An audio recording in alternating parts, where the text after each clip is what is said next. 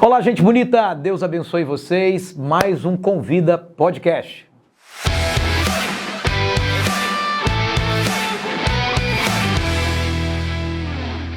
E hoje nós estamos aqui bem acompanhados, pastor Leandro Saldanha, um grande amigo com quem nós temos aí uma aliança. Seja muito bem-vindo, pastor Leandro. Obrigado, pastor Rodrigo, pessoal do Palavra e Poder, Deus abençoe em nome de Jesus. Alegria Amém. estar aqui. Amém. Bom, pastor Leandro Saldanha é pastor ali em Marataízes, Igreja da Família? Igreja da Família. Igreja da Família. É a primeira igreja batista de Barra de Sim. Itapemirim, mas desde 2019 a gente começou a se apresentar para a cidade, Uau. para todo o estado do Espírito Santo, Yes. porque não para o Brasil inteiro, Brasil né? inteiro. Como Igreja da Família. Muito bom, muito bom. E como é, pastor, esse desafio de pastorear assim, na beira da praia? É um desafio grande.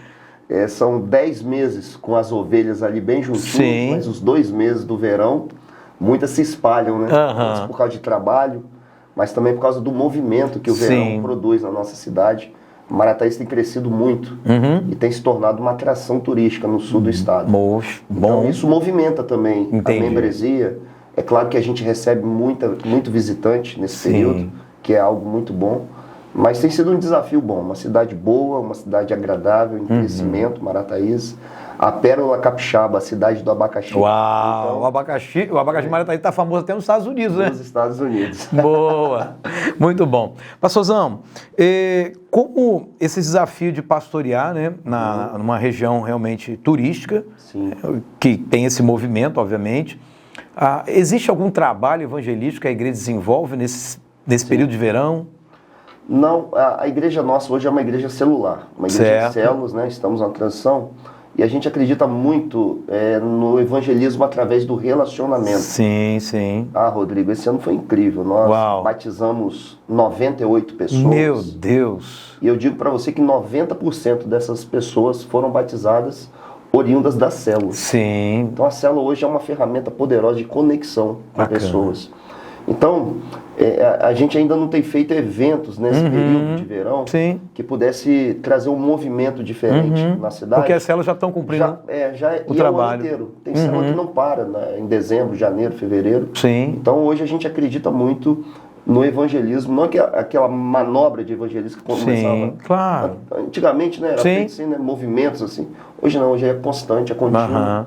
Através das células. Muito bom. E E quantas células hoje se reúnem 40 ali? células. 40 células. Uau! E esse ano de 24, uma das metas é a gente alcançar 100 células. Vai ser assim. Vai, em nome de Jesus. Vai ser assim, com A certeza. equipe está motivada, os líderes, supervisores, e a gente vai trabalhar na formação de líderes para alcançar 100 células. Aí a gente vai ter um movimento ainda mais forte. Uau! Eu, como sou militar da reserva, eu costumo dizer aos meus líderes o seguinte: cada casa que a gente recebe uma célula, a gente finca ali uma bandeira do evangelho e ganha território. Boa. Eu vejo muito como uma guerra mesmo, Exato. Aquele movimento militar.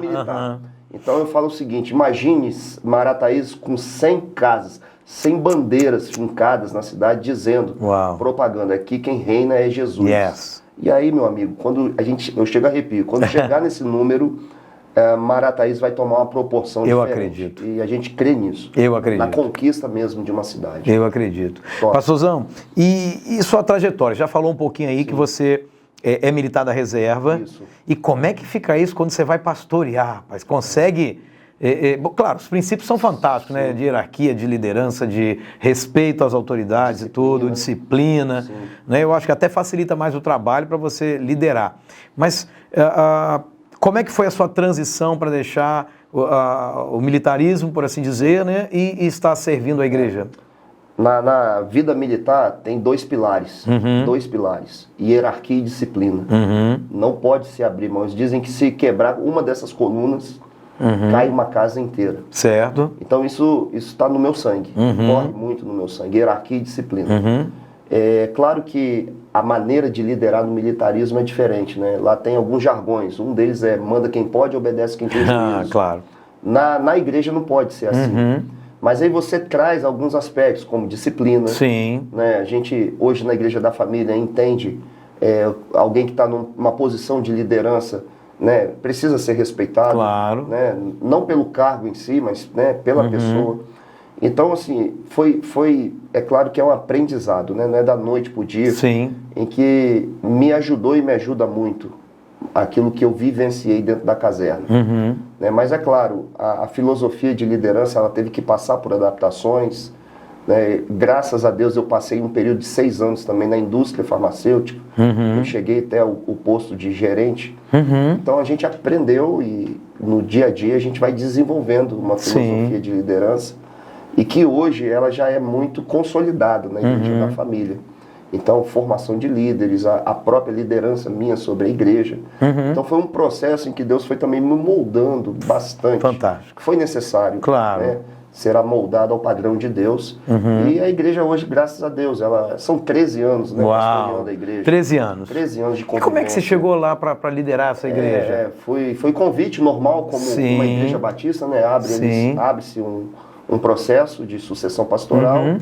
E o meu nome entrou de uma maneira assim, até bem incrível. Ninguém me conhecia, eu não era conhecido da igreja e tal. E aí foi passando as etapas até que realmente Deus confirmou no coração da igreja, naquele momento, e no meu, que éramos para ter esse casamento. E aí deixamos a cidade de Vila Velha, onde eu era pastor auxiliar, na Igreja Batista da Glória. Joel Félix era o pastor e é até hoje. E aí seguimos para Marataízes com um desafio enorme. Uma igreja já centenária, hoje, em fevereiro, ela vai completar 114 anos. 114 anos? Centenária. Então, quando você chegou lá, eu estava com 101? Estava comemorando os 100 anos. Os 100 anos de história. 101 para frente já foi comigo. Gente, que coisa incrível. E um desafio enorme. E aí Deus foi abençoando e a gente foi consolidando ali o ministério até chegar a esse momento atual que nós estamos vivendo. Né? Então tem sido uma experiência fantástica. 13 anos ali. 13 anos. Vou completar agora em fevereiro. A glória de Deus. Glória a Deus, que bom. E pastorzão, agora, geralmente, quando se trata de uma primeira igreja batista de uma cidade, a gente sabe que parece que existem algumas cercas, alguns fatores limitadores que impedem um crescimento ou que atrapalham esse crescimento. A gente compreende que muitas vezes se torna apenas uma espécie de ponto turístico de uma cidade, a primeira igreja batista de uma cidade. Né? Eu falo que eu tenho aqui algumas grandes cidades aqui ao meu redor, mas romper com esse paradigma e conseguir levar a igreja se tornar de fato uma igreja relevante, uma igreja que cresce, porque tudo que tem vida vai crescer. Qual foi, assim, os seus maiores desafios para conseguir fazer essa transição? Pois é, eu descobri, Rodrigo, ao longo dessa caminhada, que existem eu chamo de 3 doenças. Primeiro é o tradicionalismo. Sim. As pessoas se apegam ao tradicionalismo e elas têm muita dificuldade de abrir mão disso. E o tradicionalismo, ela te limita a continuar fazendo as mesmas coisas que você fazia há anos atrás, às vezes até décadas, sem se questionar se aquilo que você está fazendo está produzindo resultado. Boa. Então, esse é o primeiro paradigma. Difícil quebrar. O segundo, o saudosismo. Uma igreja centenária, ela é muito saudosista. Vive sempre olhando para trás, celebrando o que passou. O que passou e não segue, não olha para frente. Saudosismo. Isso é terrível. E o terceiro, que acaba acontecendo de uma maneira muito natural, a religiosidade que é incrustada. Sim. Como que é difícil quebrar esses 3 paradigmas, eu chamo de doenças mesmo. E a gente teve que quebrar isso. Foi igual uma picareta quebrando pedra dura. E isso é tão desafiador? Desafiador. Porque assim, talvez alguns não saibam, mas eu sou pastor de uma primeira igreja batista de uma cidade. Olha aí, ó. Né? Então, eu não sei lá na sua realidade, mas aqui as pessoas, elas brigavam, né? Vou colocar aqui entre aspas, obviamente, o termo, mas pelo vaso de planta, pela cortina, né? Pela mesa, né? Em memória de mim, piso que vai colocar pelo piso, mas ninguém brigava para evangelizar ninguém, para ganhar vida para Jesus, né? E as decisões eram pautadas justamente nesse princípio de religiosidade. Olha, por exemplo, como eu encontrei aqui, não pode fazer velório no templo de pessoas que não sejam crentes, ou melhor, perdão, que não sejam membros da igreja. Membros da igreja. Eu achei isso a coisa mais absurda quando eu cheguei aqui, né? Porque você está simplesmente colocando toda a sociedade para fora. Fechando as portas da igreja para a sua comunidade. Para a comunidade. Né? Então, assim, lá você também enfrentou esse tipo de coisa? Todo tipo de situação que você deve ter vivenciado e talvez um pouco mais. Porque, no nosso caso, por toda essa história e por ser uma igreja centenária, não sei se é o seu caso aqui, o saudosismo, a religiosidade e esse tradicionalismo era algo ainda mais entranhado dentro das pessoas que estavam ali naquele momento. Então foi realmente difícil. Então e aí vem o aspecto, porque o cara é militar, aí te chama de ditador, de autoritário, te caracteriza, né, de uma forma... Rotula mesmo. Rotula mesmo. Então assim, foi difícil, foi desgastante. Foi um processo muito difícil, né? E que envolve também a nossa família, ela sofre junto com a gente, óbvio. A esposa, Você tem 3 filhos, né? Tenho 3 filhos. Na época eu não tinha o Matheus ainda, mas a Jéssica e a Júlia estavam entrando na adolescência. Então presenciaram algumas situações horríveis. Mas foi necessário também, Deus estava também trabalhando em mim, moldando. Amém. Para que a gente chegasse a ser. Então, assim, se você me fizer a pergunta agora, valeu a pena todo o sofrimento? Eu falo que com certeza. Porque tudo que a gente está vivendo como igreja hoje, ser essa igreja relevante, uma igreja reconhecida hoje, uma igreja que cresce, que batiza. Olha, Rodrigo, em 2018, que foi o último ano que a gente viveu nessa modalidade, naquele período de 2018 inteiro, nós batizamos 5 pessoas. Nossa! E sabe o que me deixou triste ao final desse período de 2018? Que ninguém naquele momento veio me questionar como pastor da igreja. Você não vai fazer nada? Não, você não tá tem bem. Um plano? Você não tem um plano? Você está satisfeito? Ninguém. 5 é melhor que nenhum, né? Nenhum. Então havia uma conformidade com aquela situação. E se não tivesse nenhum, alguém ia dizer assim, foi porque o Senhor quis assim. Quis assim. Importante é ter qualidade. Qualidade. Aí quando a gente vira em 2019, foi o nosso primeiro ano profético, ano da mudança, aí Deus começou a derramar coisas novas, a entregar para nós. Aí 20 e 21 são anos com fechamento de igreja, nós passamos por isso. Mas aí 22 a gente batiza 80 e 23 agora a gente batiza 98. Uau! Cara, você sai de 8, de 5 fantástico. Para 98. É fantástico. Então, é Deus. Assim, é Deus. E aí é uma nova igreja, uma realidade diferente. Né? É óbvio que isso chama atenção. Levanta oposição. E tudo isso eu enfrentei, que você conhece bem. Sim. Mas, cara, tá valendo muito a pena. Amém. Sempre vai. Hoje eu posso dizer, cara, eu tô feliz, eu tô realizado no ministério. Amém. Eu tô vendo fruto do negócio. Glória a Deus. Graças a Deus. Amém. E quais seriam, assim, as principais mudanças, as mudanças-chave que você, assim, possa apontar e dizer, olha, isso aqui fez toda a diferença. Toda a diferença. Isso aqui destravou a igreja, isso aqui levou a igreja para uma nova realidade. Vamos lá? Vamos? Pode falar mesmo? Claro. Primeiro, abertura para o Espírito Santo. Uau! Abertura, plena, total. Do altar eu tive que declarar de maneira profética. A partir de hoje, quem manda na igreja é o Espírito Santo. Uau! Não é estatuto de igreja, não é regra, não é religiosidade. A diretoria. Não é a diretoria. Quem manda na igreja é o Espírito Santo. Muito bom. E a segunda, o Espírito Santo fala com o pastor primeiro. Amém. Depois o pastor passa para a igreja. Isso. Aí pronto, essa foi uma chave. A chave. Depois, uma visão. Ele entregou para nós uma visão. Glória. Né? E hoje a gente vive perseguindo uma visão. Então, até 2018 não tinha uma visão. Sim. Então, fazia por fazer, né? Vivia uma agenda que ela estava enclausulada dentro de um sistema.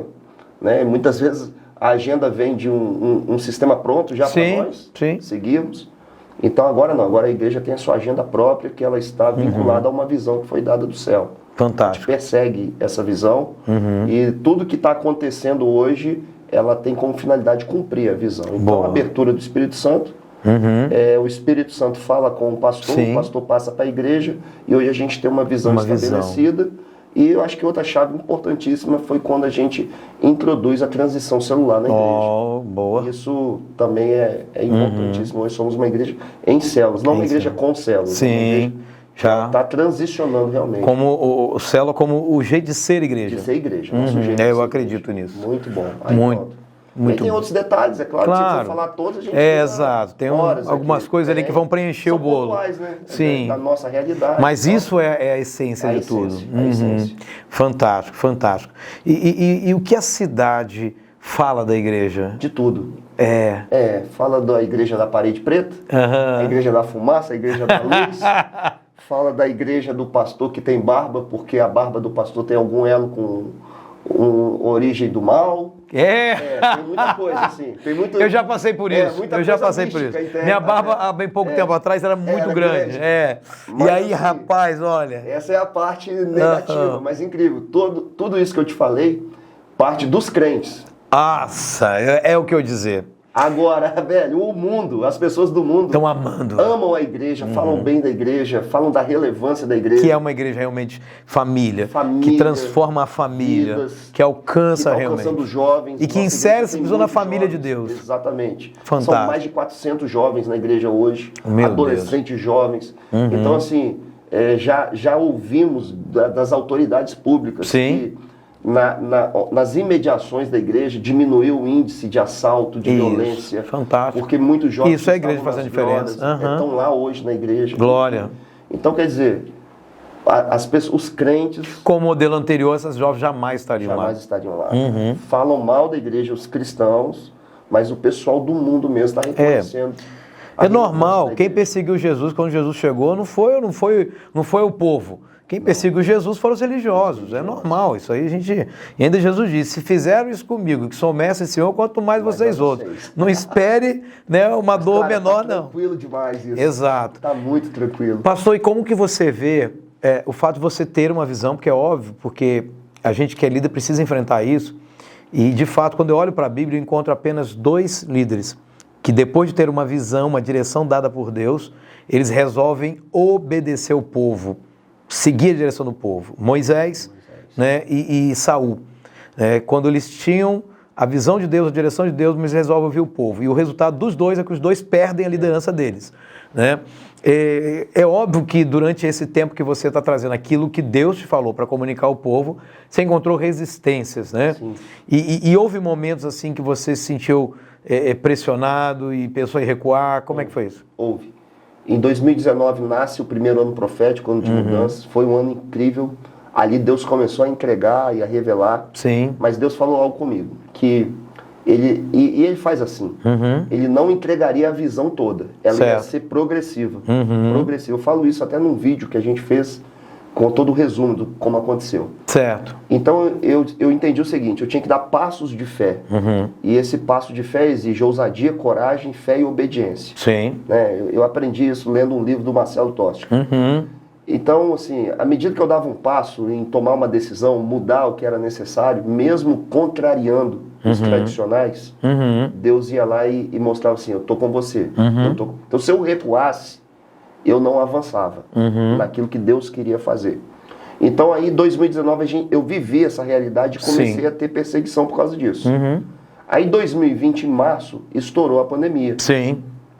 Naquele momento eu tive isso aí que você falou. Ali eu pensei assim, cara, será que foi uma visão mesmo? Entendi. Será que não foi uma coisa da minha cabeça? Gideão. Então, exatamente. Gideão.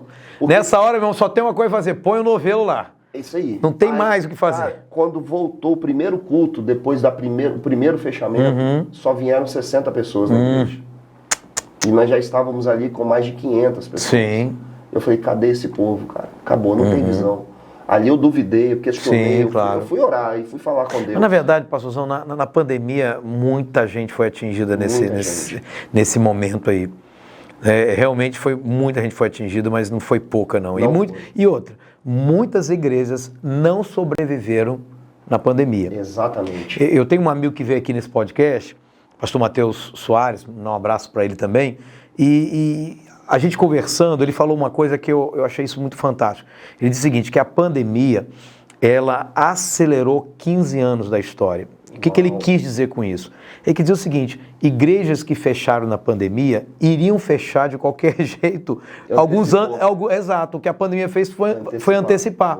Então, assim, porque a pandemia, na verdade, ela funcionou como uma espécie de prova. Ela veio para provar a qualidade e a raiz também, ou as raízes de uma igreja, de uma empresa, de várias realidades, né? Isso. E aí quando eu estava nesse momento de crise, eu fui orar, falar com Deus, e ele me respondeu assim, continua. Amém. Persevera, continua, acredita. E eu fiz isso. Tanto que no segundo momento em que a pandemia deu de novo né, aumentou os casos e tal, em que o decreto estadual deu a gente a faculdade de fechar ou não, ou funcionar com restrições, eu fui para o segundo aspecto. Eu falei, não vou fechar de novo. Isso. E não fechei. Isso. E continuei, perseverei e voltei com as células. É isso aí. Aí ali começou, cara, Deus a me honrar. Então, e é o que aconteceu, porque igrejas de programas na pandemia, elas vieram a fechar. Porque agora as células mantiveram a igreja viva. Porque a verdade é essa, exato. E aí, cara, foi incrível. Aí eu vi realmente a manifestação de Deus. Glória a Deus. Enquanto eu estava vendo algumas igrejas que não estavam voltando, a gente foi rompendo, cara. Amém. E hoje a gente está vivendo... muito mais além. Nossa, hoje o que Deus está fazendo. E para onde nós vamos, pastor? Me conta aí, quais são as expectativas dos próximos anos para a Igreja da Família em Marataízes? Incrível. Vocês vão conseguir contemplar isso comigo. Vamos junto. Nesse processo, uma família tocada pelo Espírito Santo, foi algo lindo isso que aconteceu. Esse camarada, um empresário da cidade, membro da igreja, ele teve um sonho. Uau. E no sonho, um anjo, que era Deus, falava assim com ele, olha, um pastor vai te procurar. E quando esse pastor te procurar, você vai ter que dar um terreno para construir uma igreja. Meu Senhor. O anjo não falava o nome do pastor, denominação de igreja, placa de igreja, nada. Só falava isso para ele.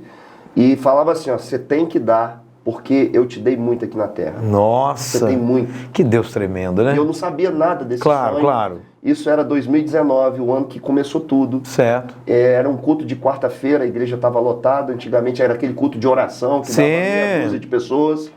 A oração ali, né, desculpa, gente, com muito carinho, mas o culto de oração daquele modelo, né, aqui também tinha, era só para os outros irmãos saberem os problemas dos outros irmãos. Exato. Meu Deus. Era uma choração. Era mais gente falando do que orando. Saía dali depressivo. Tinha tudo menos oração. Meu Deus. Então eu tinha mudado já esse formato, tinha acabado com o culto de oração, o culto de quarta-feira estava bombando.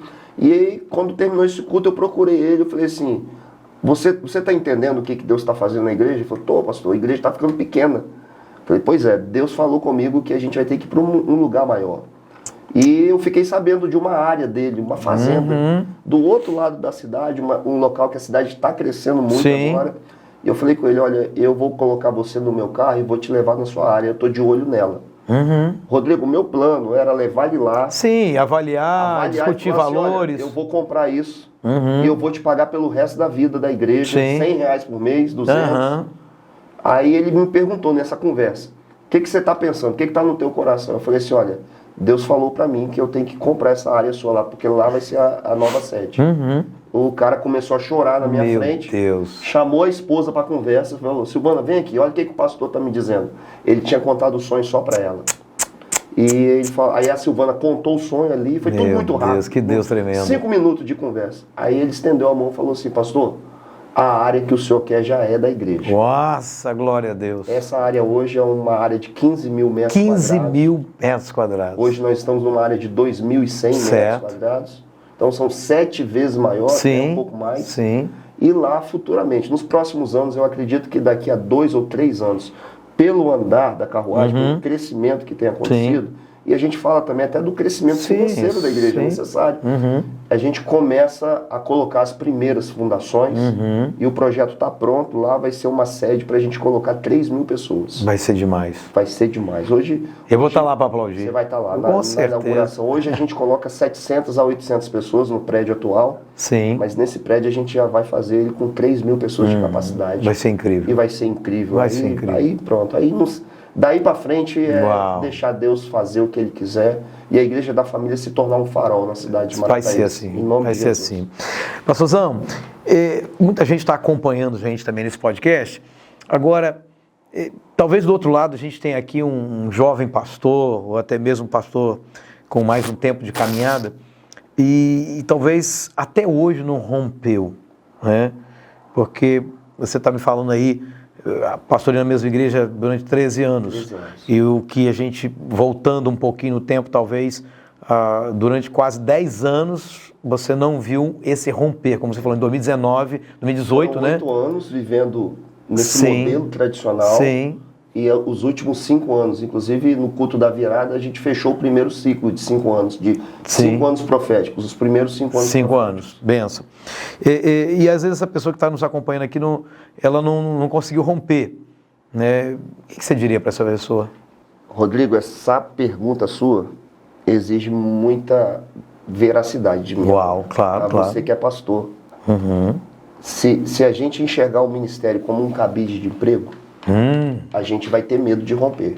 Boa. Porque aí você vai ter medo de perder o emprego. E tem muito colega que, infelizmente, Sim. E eu até entendo isso nele, que o ministério é a fonte de renda dele. Sim. Mas existe um chamado por trás. Existe o dono da obra. O dono. O patrão.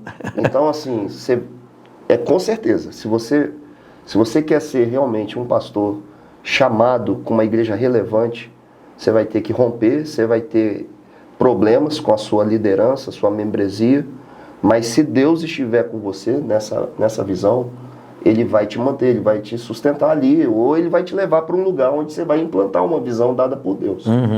Mas para isso, o ministério ele não pode ser enxergado como um emprego. Não. E com o medo de perder o emprego caso você venha a romper. Esse é um primeiro ponto. Não acabou não. O segundo é que muitos colegas querem até romper, mas tem um segundo medo, que é o medo daquilo que vão falar dele. Sim. Do medo do que a denominação vai falar. Principalmente, né? Então, assim, você está mais preocupado com o quê? Em agradar a Deus? Né? Ou agradar os homens? Então, você tem que romper, você tem que vencer esses medos. Eu tenho atendido muitos colegas, muitos pastores, que veem Deus está fazendo ali na igreja da família e perguntam, e aí, como é que é? Aí eu explico como foi todo o processo. E eles até querem. Teve um lá que ficou assim, ele viu todas as instalações, participou de um culto de quarta-feira à noite, o cara saiu de lá assim, apaixonado. Eu quero isso para minha igreja. Mas quando volta para a igreja, ele não tem a coragem de fazer de executar. Então é necessário esse rompimento com o modelo velho. Sim. E com esse modelo que pode ser uma visão dada por Deus para a sua comunidade. Eu costumo dizer que Deus ele tem uma visão para cada igreja. Sim. Você não precisa copiar de ninguém, não precisa colar. Eu saio muito, eu vejo, eu vou em vários lugares, a gente se encontra em conferências aí no Brasil inteiro. Mas eu não posso pegar o que está acontecendo lá e trazer para a íntegra da minha igreja. Não. Mas é claro que me inspira, me motiva, me encoraja. E me faz enxergar assim, se esse cara conseguiu, se essa igreja conseguiu, eu posso conseguir. É verdade. Eu tenho aprendido, pastor, que os limites estão só na nossa mente. Na mente, cara. As cercas estão só na nossa mente. Aqui, eu não sei você, mas quando eu estava no seminário, eu me lembro de vários professores, bons professores que eu tive, mas eu penso que também, e a maioria deles era pastor de uma igreja local, estavam frustrados certamente, feridos, machucados, mas eles diziam muita coisa. Eu me lembro do segundo ano de seminário, na abertura da aula, da primeira aula que a gente teve em sala de aula, tinha aula magna, que era no auditório, depois, na capela, e depois a gente ia para a sala. E o pastor já voltou falando assim, gente, foi feita uma pesquisa e chegou-se à conclusão, e é claro que vou dar um número aqui aleatório, mas só para você entender a gravidade, ele disse assim, olha, que se formam por ano aí no Brasil 5 mil pastores, mas só tem 500 igrejas sem pastor. De você é quase 10 por 1. Aí eu brinco quando eu conto isso, que eu dizia para minha esposa, eu ficava olhando para a sala de aula pensando assim, quem eu vou matar primeiro? A concorrência é forte. Exato. Então, só que, e aí, junto com isso, vinha aquele estereótipo de dizer assim, gente, você tem que pastorear em capital, você tem que ir para a igreja grande. Por quê? Porque interior não vai. Interior você vai ficar ali com 20, 30 pessoas o resto da vida. Né? E acho que eu e você somos prova de que essa é só um limitador mental. Porque você está numa cidade de 40 e poucos mil habitantes, eu estou de 15 mil, e no entanto Deus tem nos dado assim a experiência de ver assim, a transformação acontecer. Exato.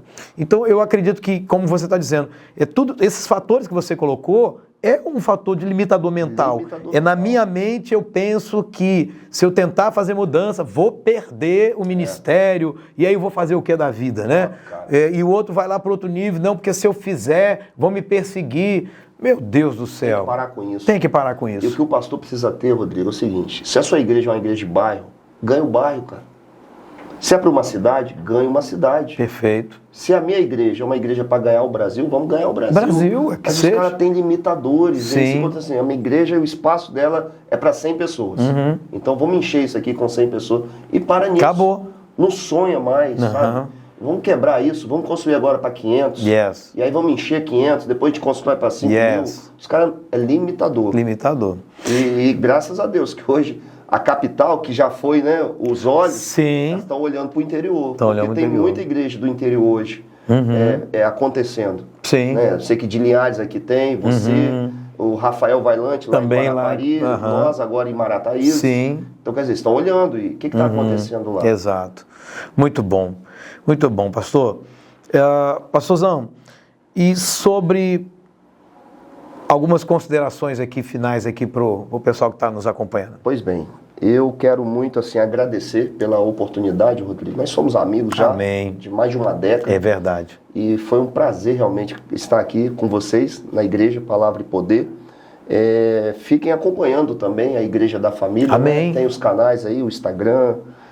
Nossa igreja tem uma mídia também muito forte. Legal. E ver junto, né, o que Deus está fazendo. Eu sempre estou vendo o que Deus está fazendo aqui. Amém. Você está vendo o que Deus está fazendo. É verdade. Lá. Então, assim, é uma alegria. E aliança, cara. Hoje é tempo de aliança. É realmente um privilégio. Eu quero desejar a você, a sua família e toda a igreja muito sucesso. Amém. Né, seja mais relevante ainda nessa em nome cidade de Boa Esperança, no Brasil e no mundo. A gente ouvir falar bem de Boa Esperança, em nome de Jesus. Amém? Amém. Pastor, muito obrigado pelo carinho. Né? Senhoras e senhores, aqui está Pastor Leandro Saldanha. Prazer. A gente se vê. Um abraço, gente. Deus abençoe. Tchau, tchau.